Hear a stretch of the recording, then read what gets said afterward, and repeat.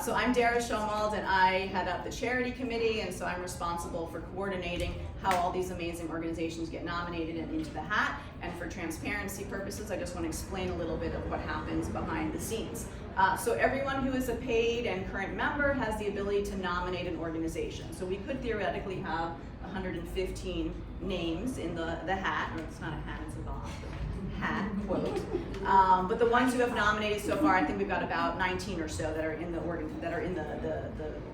VODs to be drawn, and that's because members have nominated them. So anybody who'd like to nominate an organization, something that speaks to your heart, you have the ability to do that and to have more organizations.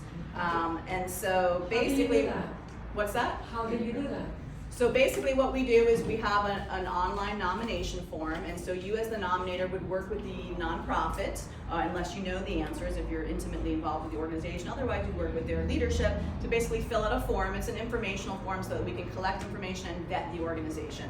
What we are looking for are basically that their work is primarily done in Miami-Dade, so we're looking for local organizations that have a local focus where all the funds can be restricted to the local area, because it is a chapter-based organization. We want to be impacting our local area.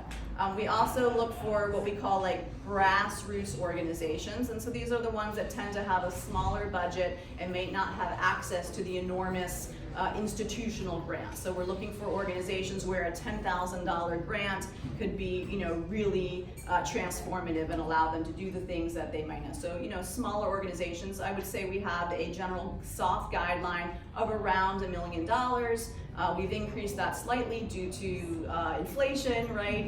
So 20%. But basically in that neighborhood, they have to be active as a charity, a nonprofit for 2 years.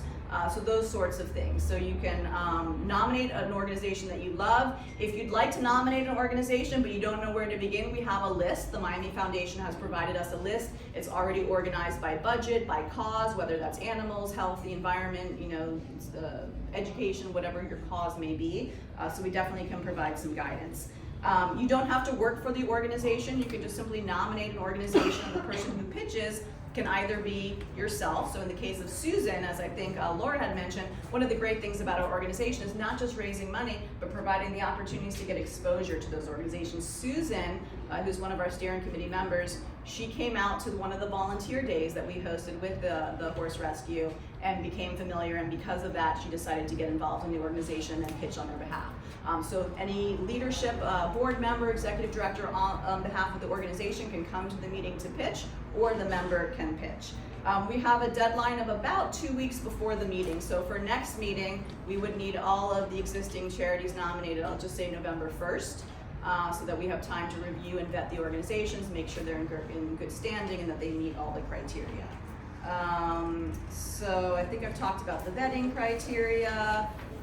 So the other rules: after you pitch 3 times and don't win, you sit out for a year. After you win the grant, you also sit out for a year. So if you are a nominator who has had a winning organization, I don't know who nominated SPCA, you did. So you are now eligible to nominate another organization for the next year.